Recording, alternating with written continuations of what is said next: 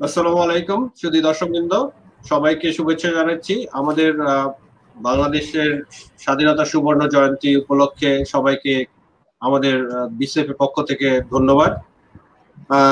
বাংলাদেশ এই সুবর্ণ জয়ন্তীতে এলডিসি থেকে আমরা উন্নয়নশীল দেশে উন্নীত হয়েছি এবং এই উন্নয়নশীল দেশে উন্নীত হওয়ার তালিকায় আমরা উন্নীত হওয়ার সাথে সাথে আমাদের আরো বেশ কিছু অর্জন আমরা এর মধ্যে আমাদের রাষ্ট্রীয় যে কৃতিত্বের মধ্যে আমরা অর্জন করেছি। আমাদের অনেক সূচকই আমরা তাক লাগানোর মতো অর্জন আমাদের আছে, কিন্তু শুধুমাত্র খাদ্যের উৎপাদন বৃদ্ধি বা উন্নত যোগাযোগ ব্যবস্থা, মেগা প্রকল্প বা জিডিপি এখন আর যথেষ্ট নয়।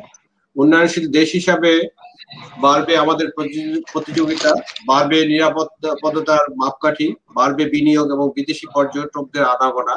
তাই গুরুত্ব দিতে হবে আমাদের নাগরিক ও পর্যটকদের নিরাপত্তা ব্যবস্থা, নিরাপদ খাদ্য সামগ্রীর সহজ প্রাপ্যতা এবং স্বাস্থ্যসম্মত খাবারের স্থান, স্ট্রিট ফুড সহ সকল রকমের তৈরি খাদ্যের নিরাপদতা ও স্বাস্থ্যসম্মত মান নিশ্চিত করা। সরকার সবার জন্য নিরাপদ ও পুষ্টিকর খাদ্য নিশ্চিত করার লক্ষ্যে কাজ করে যাচ্ছে। প্রণীত হয়েছে যুগোপযোগী নিরাপদ খাদ্য আইন 2013। এগিয়ে যাচ্ছে বাস্তবায়ন প্রক্রিয়া, কিন্তু এই লক্ষ্যের সফল বাস্তবায়নে সরকারি উদ্যোগের পাশাপাশি প্রয়োজন প্রভাবশালী ভোক্তা অধিকার আন্দোলন।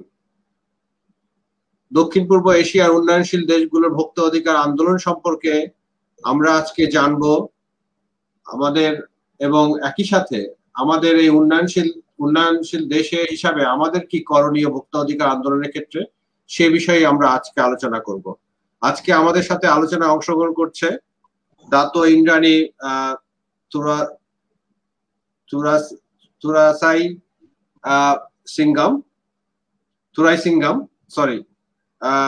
দাতো ইন্দ্রাণী থুরাই সিংগম, যিনি একজন মালয়েশিয়ান এবং একজন senior consumer protection advocate.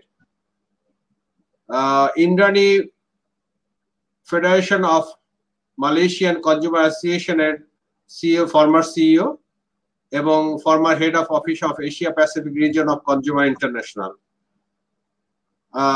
Nationally সে প্রায় 12 বছর কাজ করেছে কনজিউমার অ্যাসোসিয়েশন মালয়েশিয়ার সাথে, এবং international organisation of consumers like CI এর সাথে সে আরো 12.5 বছর কাজ করেছে এশিয়া প্যাসিফিক রিজনে হেড হিসাবে।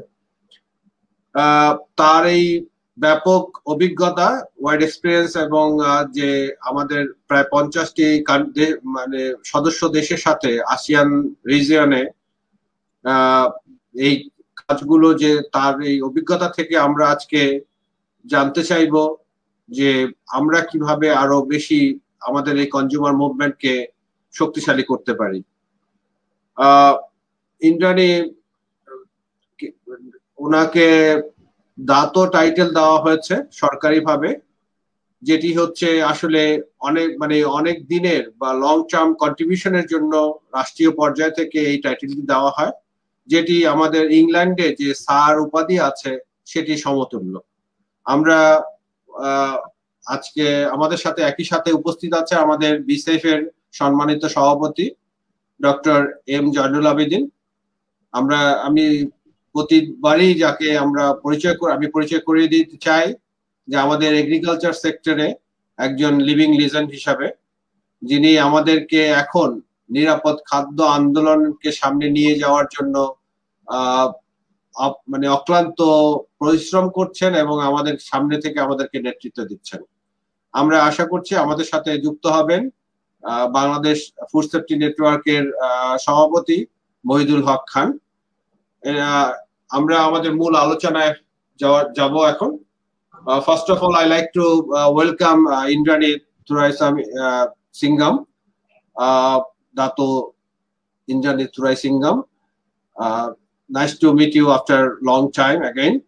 I had the opportunity to work with her in several occasions in different platforms, and she also had some engagement in Bangladesh as well in regards to the consumers movement of in Bangladesh. And one of her best contribution in our case, I mean, so far is, in my knowledge, that to strengthen this consumers movement in Bangladesh, she facilitated a process so that multi-stakeholder platform was formed at that time through her intervention, and we formed this BFSN, Bangladesh Food Safety Network, under the umbrella of FAO, and that was a recent intervention in 2009. I think maybe so far I remember, and she also had many other engagement in different times in our country as well. First of all, Indrani, I like to know. Can I have a word before you go to Indrani? Yeah, sure, sir. I think it's good to apologize to our viewers or whoever there. I saw on the other one there are a few there, and people called even from Australia that what is happening. We must apologize that because of some technical difficulties, because of so we could not really start on time. We had to find out the other options to come and talk to you. So please, log in and then, stay with us as usual. Sorry for the inconvenience. Thank you, sir. Thank you, sir. দর্শক মণ্ডলী, আমরা আবারও আপনাদের কাছে ক্ষমা প্রার্থনা করছি যে সময় মতো আমরা অনুষ্ঠানটি আজকে শুরু করতে পারিনি আমাদের কারিগরি সমস্যার কারণে। বাংলাদেশে আসলে ফেসবুকে বা অন্য মাধ্যমে ইন্টারনেটে ঢোকাটা একটু ডিফিকাল্ট আজকে দুদিন ধরে। আমরা যার জন্য আমাদেরকে নতুন করে কানাডা থেকে আমাদেরকে লিংক তৈরি করে আমরা এই অনুষ্ঠানটি আবার শুরু করছি। আপনাদেরকে অনুরোধ করব যে আপনারা আমাদের যে ফেসবুকের যে পেজ আছে, যে লিংক আছে, সেই লিংকের মাধ্যমে আমাদের অনুষ্ঠানটি উপভোগ করুন। সবাইকে ধন্যবাদ, আমাদের সাথে থাকার জন্য কৃতজ্ঞতা জানাচ্ছি। ওকে, Indrani, what the first of all, I want to know from you, because you have so much a wide experience in exposure nationally, regionally, and globally as well. Why this consumers movement is important? I mean, that is the first question we have to clarify ourselves. Why we really need a consumers movement in a country level or regional level? Give us some light. Yes. Thank you, Morshed, for giving me this opportunity. And I want to start by saying that, why do we need the consumer movement? It basically, the consumer power is actually, in most of the countries, it's imbalanced when you compare to the marketplace with businesses, with the government, with all the other stakeholders. So usually you need consumer protection.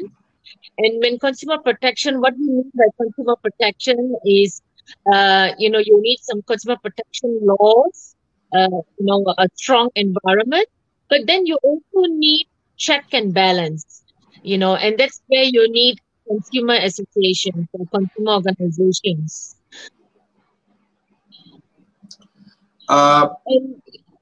Yeah. Yeah, and no. So, in many countries, what you will find is that you have individual consumer champions, but when you talk about consumer associations, usually it's a broader agenda, because you're talking about, infrastructures. You've got a broader agenda, you've got more resources, and you've got more expertise. So, and yeah, so individual champions, it's also good to have them, but government doesn't listen to 100 over million individual consumers. They need an agency where they can engage with. So which is why consumer movement is really important. It acts as a check and balance. It also then is in touch with the ground, with the consumers, and they can then share the flow of information from the ground to policymakers and to corporations. Thank you. I'm just curious to know that this is the 50 years of our. We are celebrating the 50 years anniversary of our national independence this month. Actually, 26th. Yesterday was the day, and in the meantime, we also are graduating from the least developed country to the developing country. Already, we achieved that things. So I'm just curious to know that is there any correlation between this, development status of a country and the strong consumer movement? Meaning that, if you are a developing country, so you should have much strong consumers movement than the least developed country. Is there any correlation between this?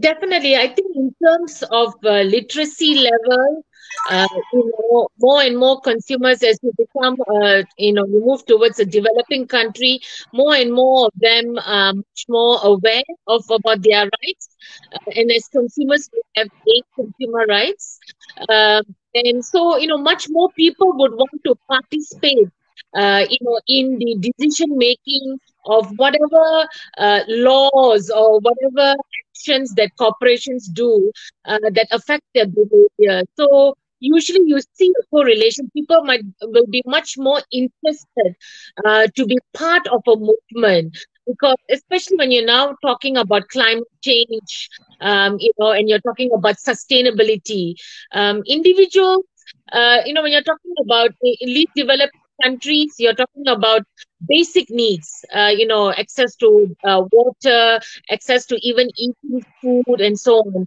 But when you are, going towards a developing country, you want to now know whether the food that you eat, or is it organic, or is it full of pesticides?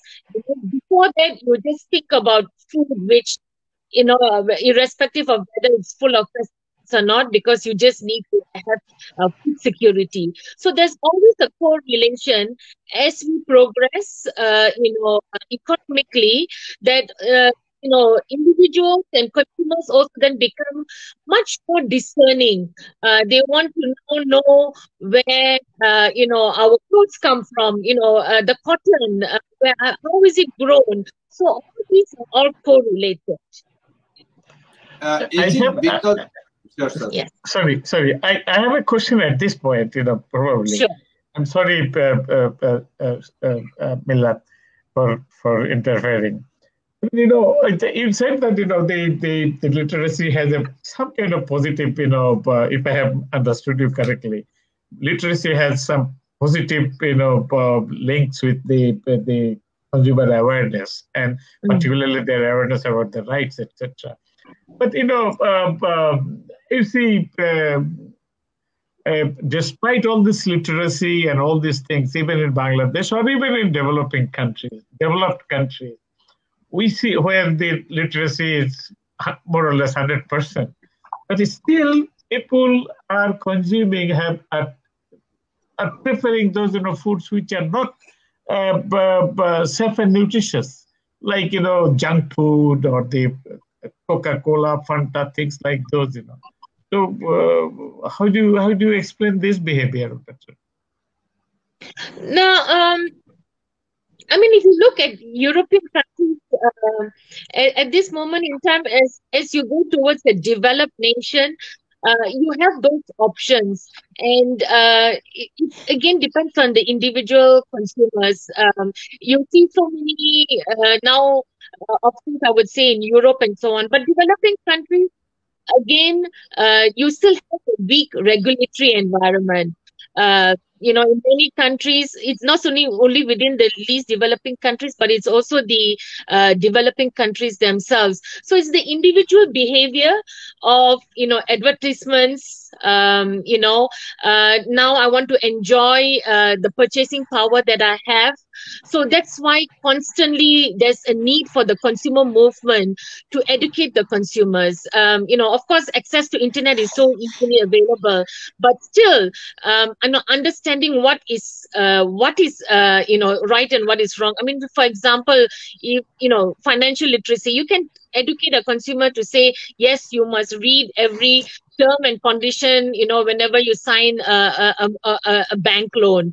But whether the consumer understands. So he reads, but whether he understands or not is another point. So I think it all has to go hand in hand.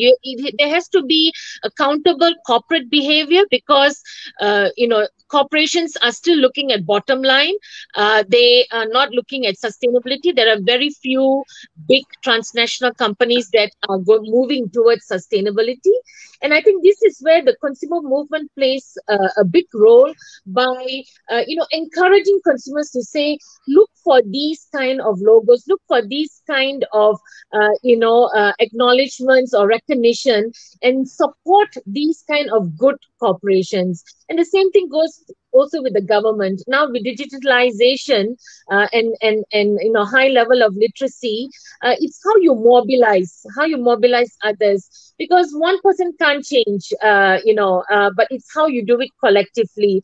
So I personally feel that as you move towards developing status, that you have much more resources, you have much more expertise, people are much more, aware.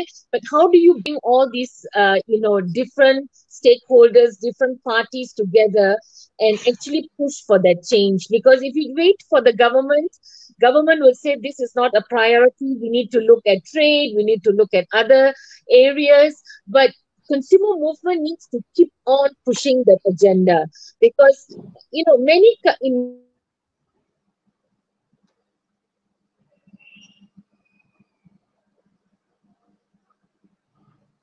Hello, Indrani. Yeah, she's freezing. Yeah. Moshad bhai, sound problem আছে. Sound problem আছে, echo হচ্ছে. যাই হোক, এখন তো ইন্দ্রানীর line থেকে out হয়ে গেল। দেখি আবার ঢুকবে হয়তো। ঢুকবে না। ইয়ার মজুল ভাই ঢুকতে পারতেছে না, ওনার ক্যামেরা, ওনার ইকুইপমেন্ট প্রবলেম। কেন উনি আগেরবার ঢুকছে, এবার ঢুকতে পারতেছে না কেন? আমরা অনলাইনে আছি। ইন্দ্রানী, ক্যান ইউ হিয়ার আস? চেষ্টা করতেছে।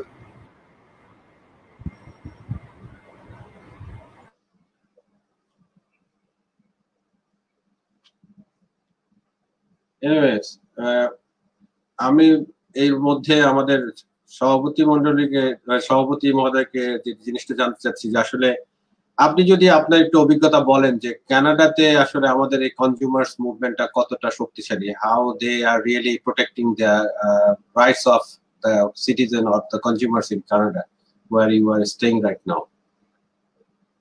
স্যার ইয়ে করতে হবে, আনমিউট করে নিতে হবে।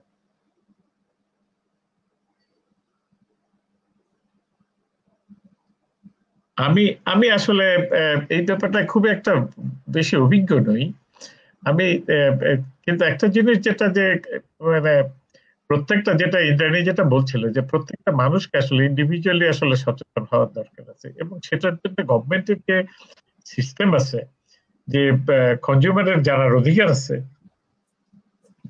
সেটার কারণে প্রত্যেকটা প্যাকেটের মধ্যে নিউট্রিশনাল ইনফরমেশন থাকতেছে, এবং সেই জিনিসগুলা যেহেতু মানে কালকে আমি খেজুর কিনেছি, ফর এক্সাম্পল খেজুর কিনছি, 2 ধরনের খেজুর কিনছি, এবং দুইটারই নিউট্রিশনাল কন্টেন্ট আমি জাজ করতে পারলাম। ওখানে লেখা আছে কত পার্সেন্ট কি থাকে, কোনটা থেকে কি থাকে সব থাকে।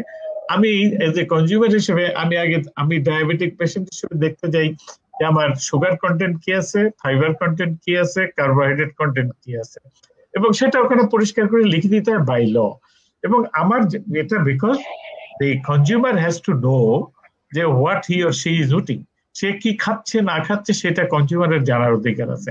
এইটা এই জায়গাটায় কোনোটা যদি না থাকে, এবং ওখানে যে এটা বেস্ট বিফোর কখন, প্রত্যেকটার ভিতরে কখন ম্যানুফ্যাকচার হয়েছে, বেস্ট বিফোর কখন হয়েছে, কারা ম্যানুফ্যাকচার করেছে তাদের অ্যাড্রেস, কারা ইম্পোর্ট করেছে তাদের ঠিকানা, সবকিছু ওখানে থাকতেছে। কারণ আমি যদি কখনো কোনো কিছু নিয়ে কনজিউমার, আমি যদি বাদ বিবাদ করতেই চাই, সরকারকে যদি বলতেই চাই এটা তারা খাপের গায়ে যেটা লিখছে ভিতরে সেটা নাই, অথবা ভিতরে যেটা বিক্রি করতেছে সেটা আসলে ভেজাল আছে, এটা ওই রেফারেন্স গুলো আমি ব্যবহার করতে পারি সহজেই আর কি। এবং এগুলোর কারণেই আসলে দেখা যাচ্ছে যে মানে বহু সময় রিকল করতেছে গভর্নমেন্ট, যে ডিম রিকল করতেছে, দুধ রিকল করলো, অমুকটা রিকল করলো, চিন্তা করেন ইভেন ডিম পর্যন্ত রিকল করতেছে, কারণ ওর ভেতরে কোনো ইয়ে হচ্ছে আর কি। আপনার মিল্লাতের মাইক অফ করা রয়েছে। জাস্ট মানে আমি একটু কিউরিয়াস যে একটা জিনিস, ধরেন আপনি একটা জিনিস কিনলেন, লেবেলে একটা জিনিস দেখা মানে মেনশন করা আছে, but finally you ended up something that it is not really as per the declaration. So is there any grievance mechanism so that you can? Absolutely প্রত্যেকটা জায়গাতে you can call, you can email, you can send a message, যেভাবে খুশি আপনি you can lodge a complaint with the government, এবং সেই government appropriate যে বডিগুলো আছে সেই সমস্ত জায়গাতে। আর কিন্তু সেইখানে এই যে মানুষকে কনজিউমারের রাইটকে ঠিক করার জন্য গভর্নমেন্টের যে মানে রেগুলেটরি ফ্রেম আছে এবং তার এজেন্সি গুলো রয়ে গেছে, তারা সদা নিয়তই কাজ করছে, ফলে কনজিউমার এই জায়গাটায়। কিন্তু আমার একটা জায়গাটা স্টিল মানে আমাদের সবাইকেই করা দরকার আছে যে কনজিউমার মুভমেন্ট ইন্ডিয়ানে থাকলে ভালো হতো। তাকে হয়তো এই প্রশ্নটা করার আমার দরকার যে consumer মুভমেন্টটা are you trying? Hello? Okay, Sajid. যে এটা হচ্ছে যে মানে যে কনজিউমার মুভমেন্টের তথা এই জায়গাটায় যে কনজিউমার মুভমেন্ট কি কনজিউমারদেরই দায়িত্ব নাকি কনজিউমার তৈরি করাটা ব্যবসায়ীদেরও দায়িত্ব এবং সরকারেরও দায়িত্ব কনজিউমার তৈরি করাটা? এই জায়গাটার কোথায় মানে আসলে ফাইন লাইন থাকবে এবং কোথায় আসলে ইয়ে থাকবে, সাথে তারা কাজ করবে, সেই জায়গাটা আসলে আলোচনা হওয়া খুব গুরুত্বপূর্ণ। কারণ যে এক জায়গায় আমাদের ডিফারেন্ট টাইমে রিজনালি যেসব প্রোগ্রামগুলোতে আমরা অ্যাটেন্ড করেছি, যেমন কোরিয়ার কনজিউমার ইউনিয়নের রিপ্রেজেন্টেটিভ বা এফডিএ বা এরকম যারা আছে, ইউএস এর কনজিউমার ইউনিয়নের যারা রিপ্রেজেন্টেটিভদের সাথে আমরা বিভিন্ন সময় বিভিন্ন প্ল্যাটফর্মে যখন কথা বলেছি, তাদের কাছে একটা জিনিস আমরা জানতে পেরেছি, সেটা হচ্ছে যে ধরেন জাপানে বা কোরিয়াতে একটা প্রোডাক্ট, একটা গাড়ি ম্যানুফ্যাকচারার যদি তার গাড়িটাকে মার্কেটে আনতে চায়, সে তো গভর্নমেন্টের অথরিটির কাছ থেকে তার ক্লিয়ারেন্সটা নিবে। At the same time consumers association বা কনজিউমার্স ইউনিয়নের কাছ থেকে কিন্তু তাকে ক্লিয়ারেন্সটা নিতে হয় যে এই গাড়িটাকে তাদের মার্কেটিং করতে হবে। এই যে একটা মেকানিজম যে কনজিউমার্স এর রাইটটাকে আগেই এনশিওর করে তার প্রোডাক্টটা কনজিউমার্স এর রাইটকে কোনোভাবে ফুলফিল করে কিনা সেটাকে ফর্টিফাই করেই কিন্তু তাকে মার্কেটে আসতে হচ্ছে। এই জায়গাটায় মানে ঠিক আছে, এক একটা দেশে হয়তো এক একটা রকম ইয়ে থাকতে পারে, কিন্তু একটা জায়গাটা পরিষ্কার যে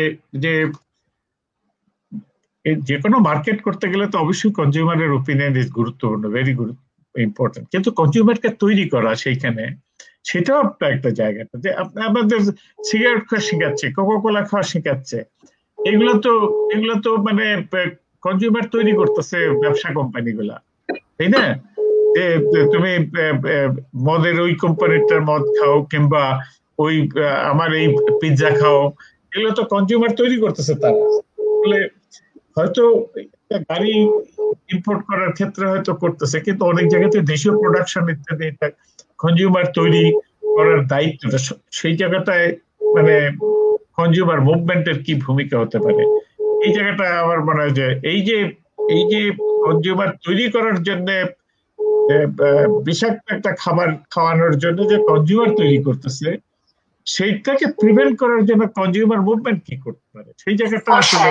হ্যাঁ, Indrani, are you trying to log in? Can I try now again? Because just now I thought it kept saying no. No. Please try again. I think it is okay. Yeah.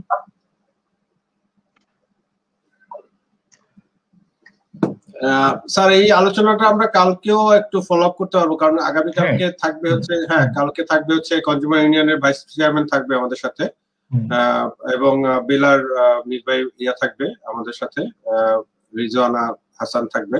So আমার মনে হয় যে আমরা কালকে এই আমাদের national কনটেক্সটের এই ইস্যুগুলাকে আমরা একটু আসলেই ক্লারিফাই করা উচিত, এখনকার সময় এসছে। আমি মানে যেটা মনে করি সেটা হচ্ছে, একটা তো হচ্ছে যে কনজিউমারদের ডিমান্ডের জায়গা থেকে, মানে আমাদের ইন্টারেস্টের জায়গা থেকে, যেটা ইন্টারনি বলছিল যে এডুকেশন এবং অন্যান্য এর কারণে তারা বেশি জানতে চায়, হবে। কিন্তু এট দ্য সেম টাইম আরেকটি বিষয় হচ্ছে যে ডিমান্ডটাও কিন্তু তৈরি হচ্ছে। Thank you for coming, joining again. Right. So, yeah.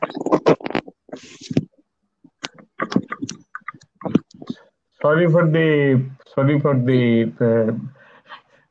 discomfort today, you know. So that's fine. Yeah. So that's how the consumers are also working, right? You know, consumers are, you know, they often, you know,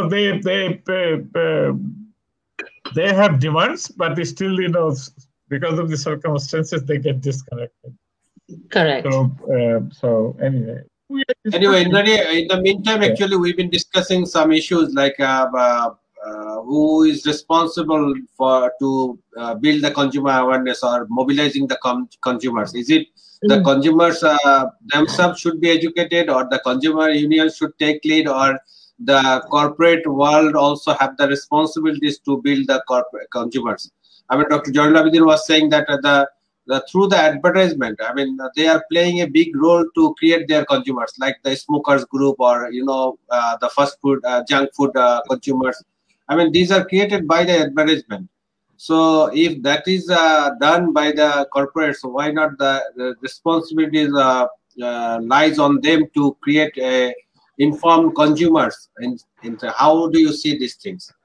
Is it right, Yes. sir? I mean, yeah, the issue is, you know, if the consumer movement, the whole purpose of consumer movement, if you explain a little bit, but what I am saying is, on one hand, I have a responsibility, but the advertisement, I am influenced by lots of advertisements. So I feel, okay, Coca-Cola is the best drink probably.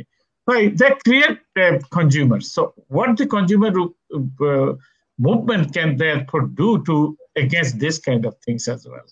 So that, you know, Yeah, I mean, if you just take the junk food, in 2007, if I'm not mistaken, WHO then wanted to come up with some guidelines on, you know, how to ensure the marketing of unhealthy food and beverages targeting children. Basically, so it's, you know, all these things like Coca-Cola, fast food, and so on. So when WHO actually said that they were going to come up with the guidelines, Consumers International, which I was attached to at that time in 2007 until last year, we decided that we would then also mobilize our consumer associations, our members. We have more than 200 members in about about 100 countries. So in some countries we have more than one consumer groups. We don't have, as I said, it's about 100 countries. So in some countries we have only one. In some we have more than 5 or 6, depending on the size of the country, like for example India and so on. So what we did was that we asked our members to, you know, we identified certain products like for example cornflakes, which, you know, children like to eat. It doesn't matter across the world, you know, in which irrelevant which country you are. And we just kind of looked at, you know, the kind of advertisements that were done by McDonald's. We actually asked our members to go and visit. Were there actually you know, calories mentioned in anywhere in the menu?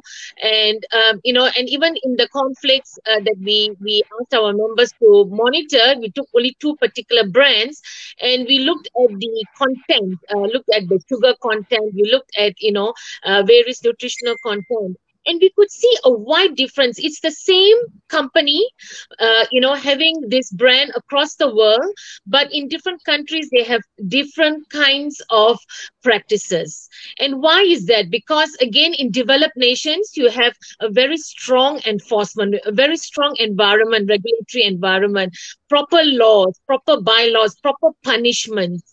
But in these developing countries, you want foreign direct investment, you want them to come and open shop, you want them to, you know, you want the economy to run. So you say, okay, I close one eye. I don't come up with this law to check on you, you know. And this is what happens then. And this is what Consumers International, we proved that these transnational companies, where they have a presence globally, they have this, double standards. Why is that a double standard? If you can do something good in one country, why can't you do the same in all countries, irrespective of, the regulatory environment? That's just good behavior of a corporation. And I think that's why it's really important for the consumer movement to push for this kind of agenda. And of course, global organizations like Consumers International, this is what they can highlight at the global level, at the UN, at the WHO level, to say that, yes, companies can talk, sometimes governments talk, but is it trickling down to the actual consumers? And this is where consumer movement plays a role by collecting this evidence and saying, look at all these double standards that's being practiced. So there should be some sort of a regulation. And because we did that, we highlighted that for 2 years until WHO took up some of the recommendations from Consumers International. We ensured that, during children TV program hours, that no such fast food or sweetened beverages commercials should be shown during, in the intermittent during these children's programs. So these were some of the standards that WHO then incorporated into their guidelines. And I think that's how we can actually make a difference. Thank you, Indrani. Can you just share some kind of experience from your side that in your case, like in Malaysia, we know that Malaysia maintaining good food safety rules, regulation, and environment. I mean, it is our that is what we understand, that in Malaysia it is safe to take street food or whatever food is safe for the people. What role the consumers association or the International Consumer International or whatever the body is there is playing in that to ensure this food safety in your country? How you really play your role for the food safety? Yeah, I think the consumer movement, I think in the 1980s and 90s, we were very strong on food safety, and I think as a result of that, the government then did quite a bit of work. What they did was, of course, they came up with the Food Act that looked into food safety aspects, but also then what they also did was then they also set up again a task force, a national task force, which was headed by the Ministry of Health at that time, and they actually invited all the government agencies. So there's actually a food safety council that meets once a year.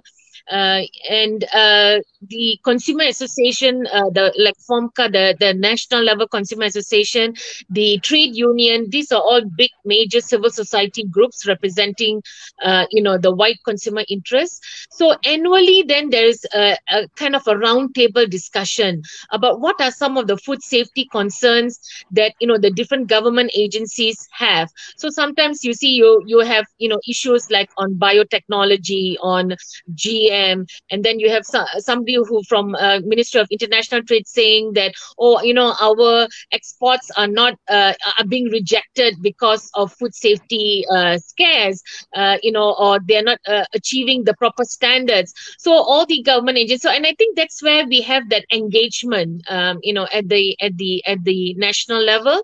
And that helps a lot, because then the government also then hears the consumers' voices as well. So that is one at the national level.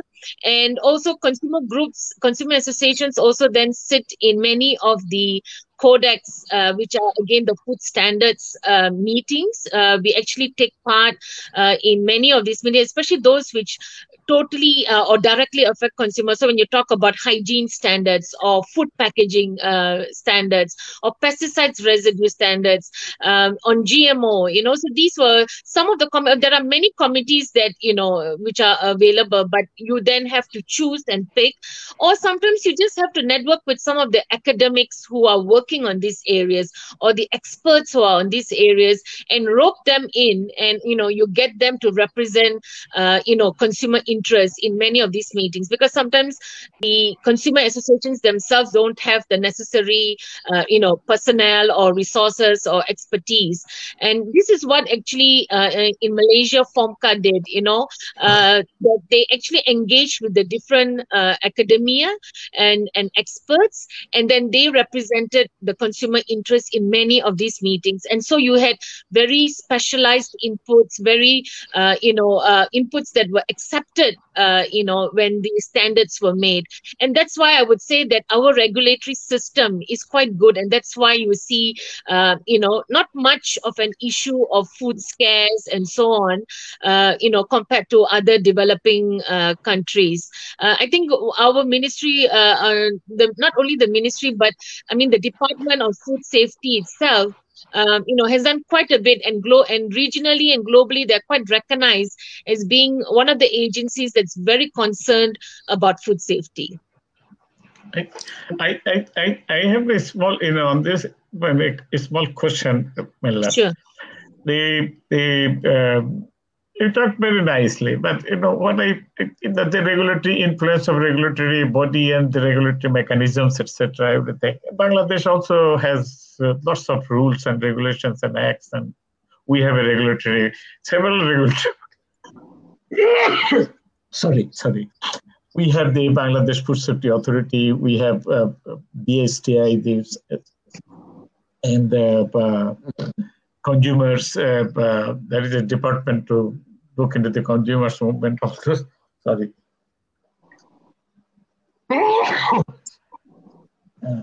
Sorry, I'm sitting next to a window, and outside temperature is close to zero.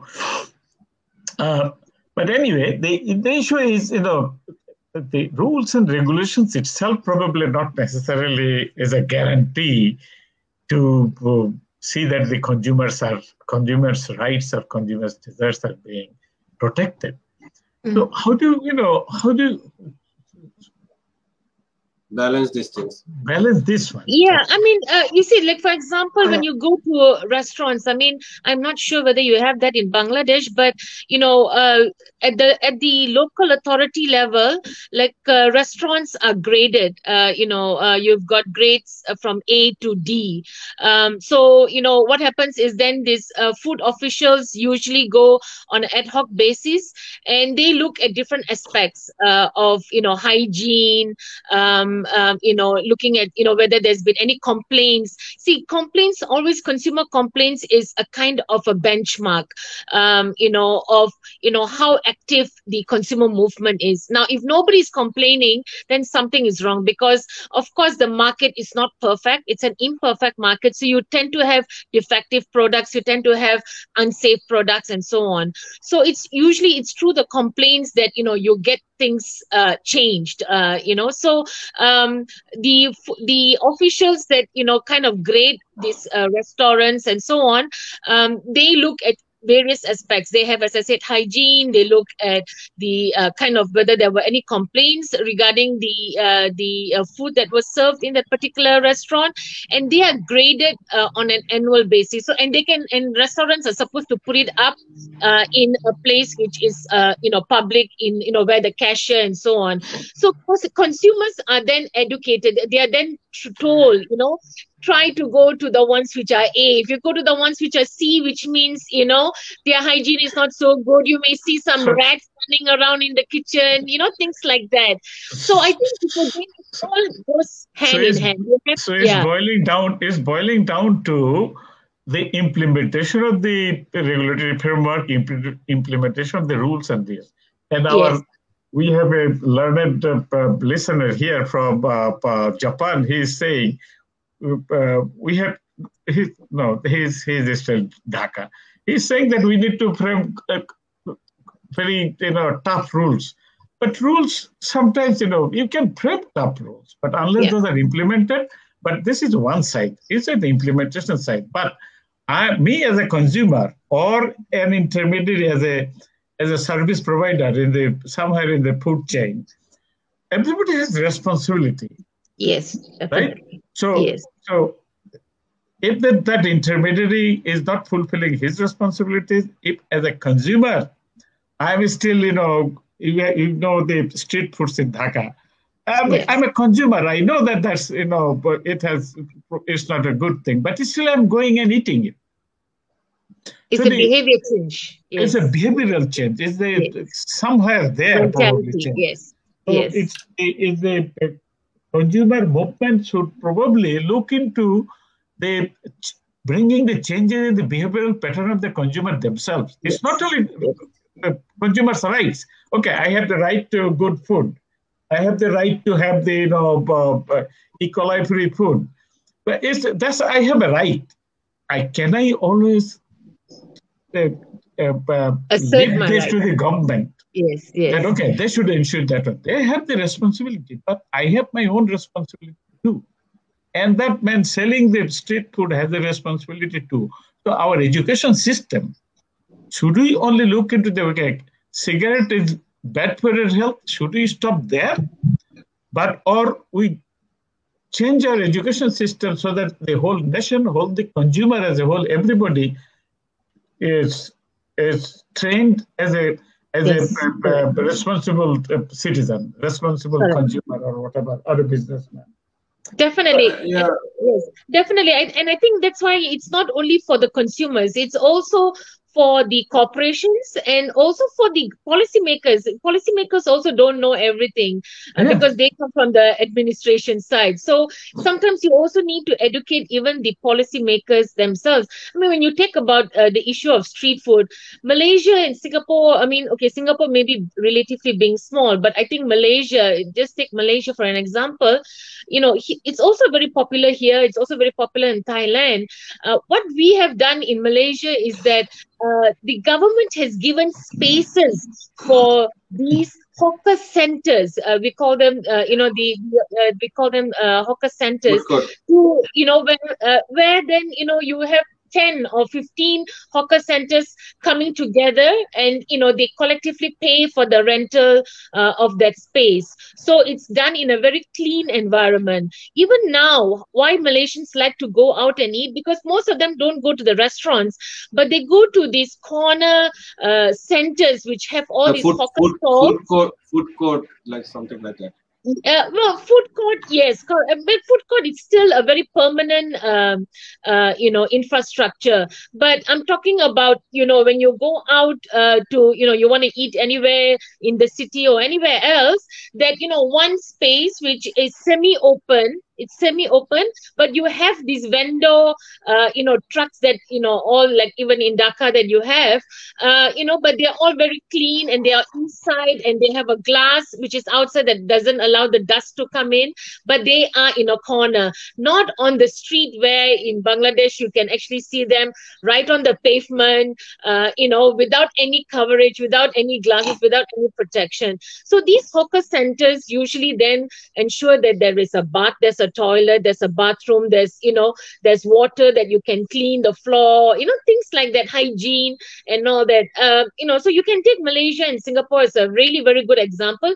And annually, these hawker centers have to get their license. So which means they are also checked whether they actually practice hygienic practices or not. And I think that's how slowly, both the government, the small and medium business entrepreneur and consumers, slowly you will have to change. You'll have to kind of say, okay, now you patronize these hawker centers. It's still cheap because it's an open and, the rental is much cheaper. Things like that. You don't need that kind of infrastructure. All you need is an empty space which has got maybe access to, washroom facilities or things like that. But you have all the hawker stalls inside. You have to make some sort of effort to move towards that, and not, as you say, just having the laws, but not being implemented, and then not also then changing the behavior of these entrepreneurs or businesses. We have to change them. So which means you do licensing requirements and ensure that they adhere to these. So whether you're a SME or entrepreneur or a big business, again they should be targeted in terms of, adhering or complying to whatever the regulatory environment, consumers also then need to ensure that they change the behavior. We have to then highlight through the media. You have to use the media, either online or print media, to say, look at these cases, look at how, a child maybe, would have, either, been affected, rushed to the hospital. So these cases needed to be highlighted, and this is why you need a policy change. This is why consumers should only go, to places where there are proper hygienic practices. I think that's how you need to document and highlight these cases. Use the social media, the Facebook and so on, WhatsApp, sending, a broadcast. So there are many ways, and I think everything has to go hand in hand, not just the consumer education or just having the law. Everything has to go hand in hand. I mean, what I assume that in Malaysia, maybe you achieved this level of food safety because you have a strong consumer movements, maybe, or you have the consumer association have played a very critical role or vital role into the process. How about if there is a lack or weak consumers association or consumers movement in any countries? How to strengthen that things? I mean, in our case, I mean, if the consumers association or consumers movement is not strong, who will be the pressure group, and how to really strengthen that process? And I mean, one of our viewers actually commented that why the corporates are bystander. I mean, why not they are making the level of, I mean, the product quality is the same standard for all the countries. Why they are making different standard for different countries? Well, that is one question you also already raised. I think I assume that this is the campaign for the Consumer International. But at the country level, if I like to see a strong consumer movement, how to really make that? And you are also experienced in Bangladesh context. You came several times. You engaged in several study and assignment. So with that experience, if you just tell us how to really strengthen that process. Yeah, I mean, there are positives, I would say, now in the current consumer movement, in many countries, including Bangladesh. I think Bangladesh, of course, in terms of wide reach, you've got 64, I think, local councils, right? District level committees and so on. For example, Consumer Association of Bangladesh at the moment, which is I think a member of Consumers International, they have some sort of a presence in almost all of these councils. But is that enough in the long term, especially now with COVID and all that? What you see is that the lack of resources. That's one. But number two, you have a population, I think, of more than, is it 160 million now? Or 170? 170. Yeah, 170 million. So I'm not far. Yeah. But how many of these individuals are members of Consumer Association of Bangladesh?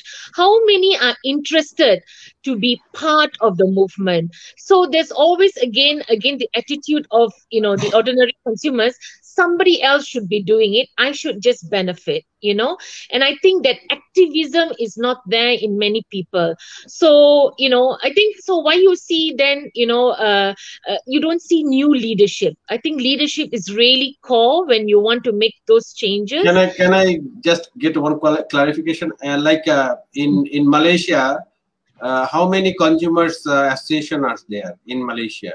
You are the federation, you work at the Federation of Consumer Association, but how many consumer associations are there? Yeah, there are about 20 consumer groups. And now when I say consumer groups, not fully just looking at consumer in the state level or taking complaints. Some of the groups are very specialized groups. There's a Malaysian Standard Users Association. So that particular group only looks at standards issues related to consumer interests. So they work on a specialized areas. And when you are referring that out of 170 million, how many people are really part of these consumer associations? In Malaysia context, tell me how many Malaysians are the part of these consumers groups?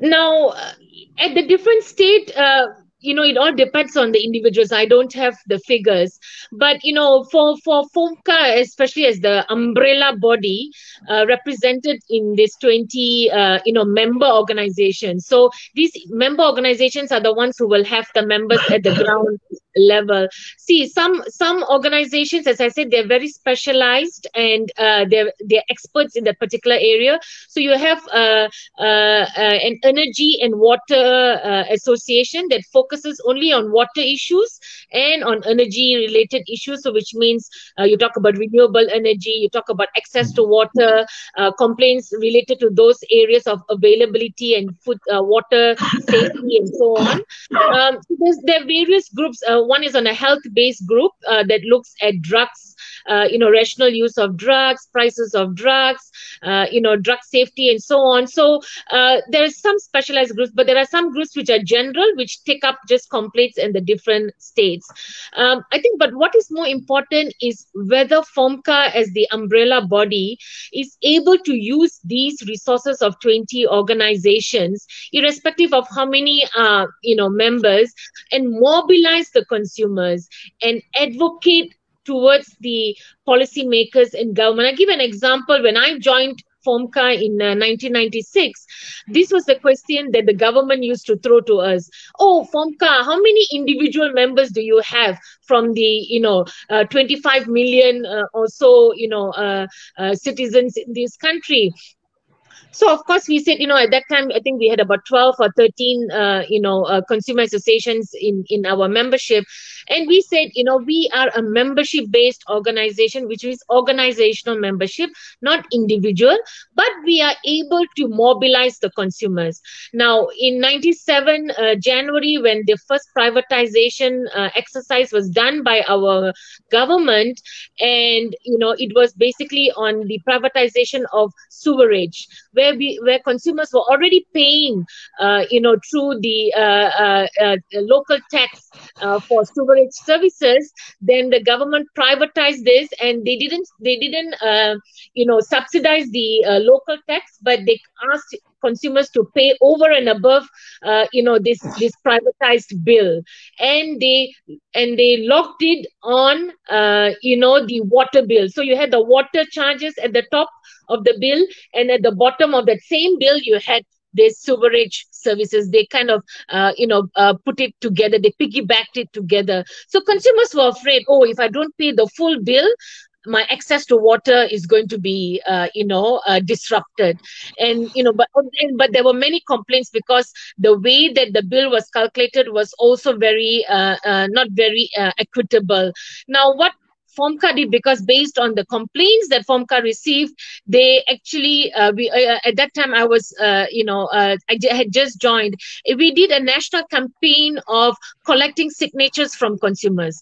We wanted to show the government that although we were a membership-based organization, but we were able to mobilize consumers. So we sent out these petitions to individual consumers. We went to the media frequently, and we said we're collecting 1 million signatures to tell the government and the private company that consumers are not happy to pay this water bill. And we also told the consumers, don't pay the full bill, only pay the top part of the bill, which is the water bill, because there is no direct agreement with any of the consumers for the sewerage bill.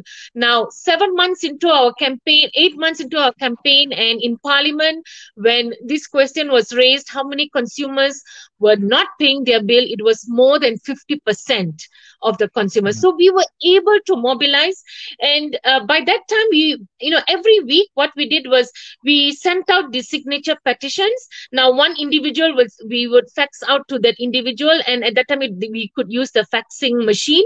Now, this individual would actually take the trouble to photocopy, go out to the residential areas, collect signatures, and come and send it back to us. And every week we showed in the media that, more and more consumers were signing the petition. So the first week was, like, say, for example, there was 1,000. Second week, we showed there were like 5,000, 10,000. Media used to come and take videos of that. And that was the pressure that we showed, that, we didn't have to be an individual membership based, but we could mobilize consumers. And I think that's important. If you can mobilize, rather than just say, yes, we have a presence, but you're not able to get consumers to go into action, I think that's where the gap is. Yeah, I think we need to, we are on the 54 minutes already. So anyway, so before Shakil Millat tries to close it, I have a small question. Sure. We talk about the safe and nutritious food. Yeah. And safe and nutritious food had two distinct, platforms. One is the fresh food, another one is your processed food, value-added food.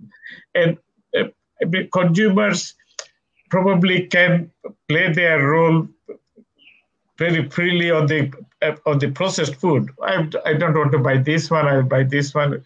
But when I go to the fresh market to buy vegetables or fish, it's very difficult to know which one is safe, which one is not safe, and I do not have really much options. So what the consumers movement should probably can do in this situation to address this challenges.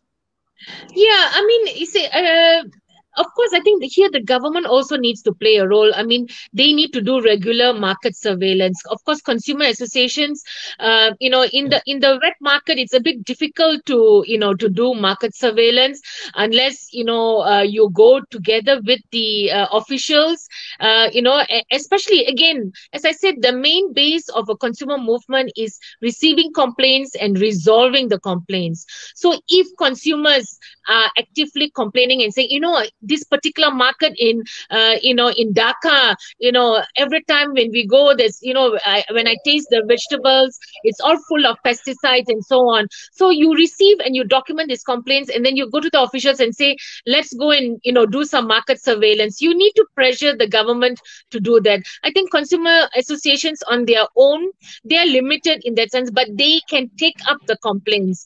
And I think this is where a lot of consumer groups as I said, they are lacking, because without complaints, you cannot go and do advocacy with the government. So market surveillance is definitely needed, but you have to do that hand in hand with the government officials.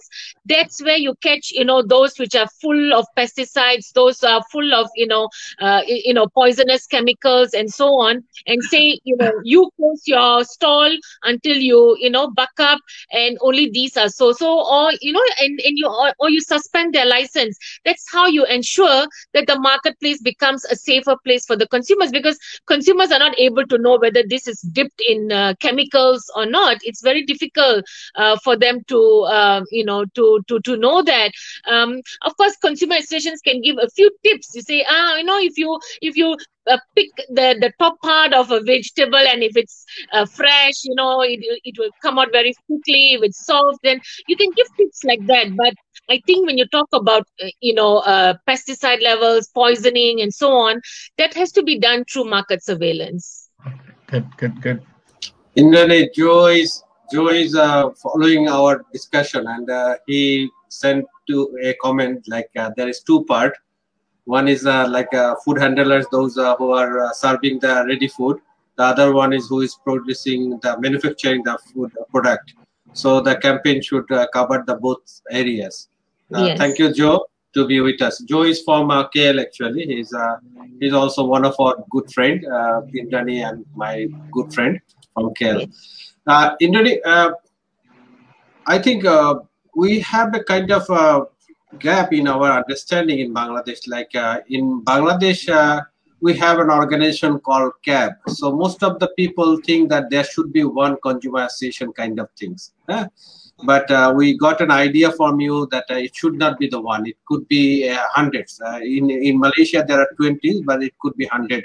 And you really need to work with the campaign group. You need to work with the the think tankers, and you also need to work with the academics, and all this together, you really can make a push. And BSAFE actually has formed with that intention that we'll be working. So BSAFE is a network of organization as well as the think tankers. I mean, Dr. Johnul Abidin and all other members in BSAFE, their experience throughout their life, they worked in agriculture and food sectors. So tell me something that how BSAFE should play more active role into this consumers movement, and also can work with this CI or Consumer International or the global platform, how they can play their role there. We have academics in our group. We have organizations like Shishuk and many other organizations there. So how, as you know, that we are moving to the developing country or developed country from the underdeveloped country, it is not only the interest of the consumers, but it is a need for us to ensure the food safety in our country, because there will be more competition, more standard, high level of standard should be maintained for the investors and the tourists and everyone, for the citizen as well. So tell us, guide us something like, I mean, you've been doing consultancy for all through your life on these things. So give a consultancy to the BSAFE how we should really move ahead on these food safety issues. I mean, as you said, I know CAB very well for many years. I mean, they do have some of their strong points. I mean, they've been there for more than 30 years. So they are also, they're accepted by the government as the representative or voice of, the consumers in Bangladesh. They have done relatively, I would say, over the years, yes, their voice has been heard to a certain extent. The consumer voice, but of course much more can be done. I think there's still so much room for improvement, and I think this is where you will have to see, where is your strength. As you said, you're a particular group, a specialized group, and I said nowadays most of the consumer groups are slowly becoming quite specialized, and if you have groups, your group is basically comprising of people from the agriculture and food sector. Now, when you look at the whole supply chain, right from farm to the table, okay, so CAB maybe does more of the advocacy and general awareness, and but it's more of a bit of here and a bit of there. I think you'll have to see where is your area of expertise. Where can you play a role? Is it at the farm level, or is it at the middle chain level? Where you can play a role in kind of pushing for some changes. I think you start there, and when you can show that you can make a difference, say at the farm level or at the supplier or distributor level, or even at the consumer level, but with a different angle. As I said, CAB does advocacy and awareness. What is your area of expertise? Can you contribute in terms of standards or things like that? And I think you have to kind of show the impact that you make. And I think that's really the role of a consumer movement, that you need to kind of do a stock check and always see what kind of impact have I made this year for the consumers in my country. So I think if you want to be proactive, I think that would be the best way forward. For Consumers International, from what I know till last year, is that when there is already an existing consumer group, unless you are kind of looking at a different area or a different aspect of as I said, the chain, then there's an acceptable that okay, this group can be part of the global movement. But it's not that necessarily that you have to have both the groups inside. I think if there can be that kind of engagement with CAB, as I said, it's already known. So if they are open to ideas of more organizations coming in, leadership development and so on, especially with the young, especially now when you're talking about digitalization with COVID since last year, a lot of the activities have to be done through e-learning portals, a lot of awareness raising, so whether these groups are able to cope with these kind of things, as I said, people have to show interest in trying to be part of the movement, and I think that's very important. Thank you. Obviously, we are not looking at the replacing CAB, rather than how we can play complementary role in that regards. And we are also, as I said, that BSAFE is also a group of people of academics, specialists, activist groups. So how we can also work with the Consumer International. That was the question. Definitely, we should be recognize each other in this field. And tomorrow we'll have a dialogue with the CAB. Vice President will be attending that session, and yeah. So I think we are dialoguing this process, actually, how we can play more active role into that things, proactive role into that. Sir, we'd like to conclude our session. If you have any other further question to Indranee. No, I just before we go to Indranee for her last words, there are a few concerns here and there. So maybe some are relevant, some may not be very relevant to our discussion. One thing that I said, there are lots of, somebody suggested that we should have strong regulations or acts or rules, but we have addressed that. We said that, rules and regulations cannot do that on paper things, but we need to, as a human being, whether government officials or the business people or consumers, all those people in the whole supply chain or value chain should probably have mental frame to accept those things, or even influence those rules. If the rules have difficulties, they are not probably applicable.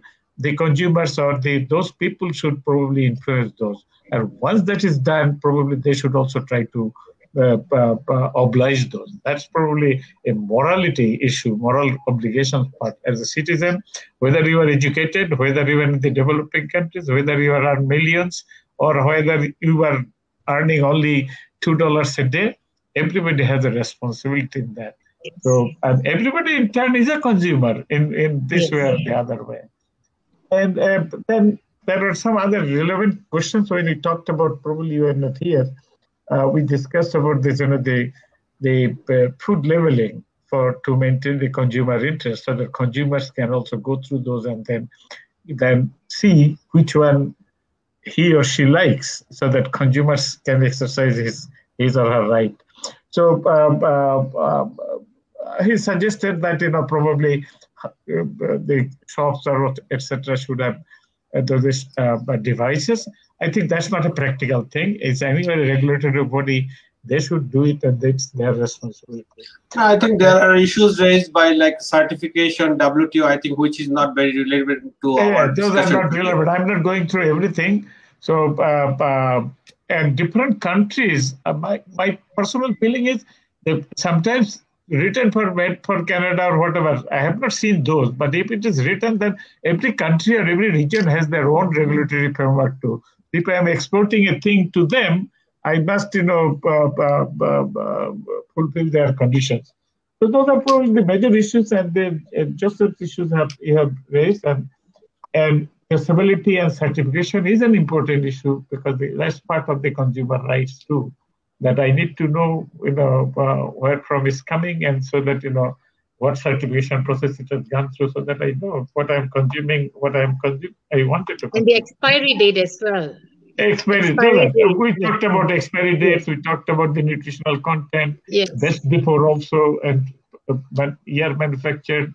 I go, I buy Bangladeshi food in Canada. Those fish comes here, so I try to first see when it was, packaged first, and when it will expire. So those are some of my rights. So I do not buy which is close to expiry. So those are the things. And then Ziaul Haq Bablu said very important thing, that our leaders, he said our intellectuals are always careful or fearful in praising or criticizing any government policies. How we can raise consumers' voice. That's an issue. It probably requires another discussion in itself, so we do not want to do that one now. But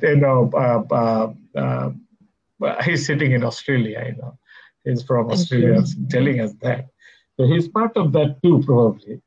And but anyway, let's before I conclude, Millat, I think we should ask Indranee if she has any last word for us. Sure, Indranee, Definitely, Yeah. we'd like to hear from you for 2 days, because I think this is the beginning to know and clarify regarding the consumers movement, and we hope that we'll get you many times in future to clarify our thoughts and to have Sure. some guidance regarding this consumers movement. And as I told you, that BSAFE is a multi-stakeholder groups and mostly the expert group in agriculture and food sectors.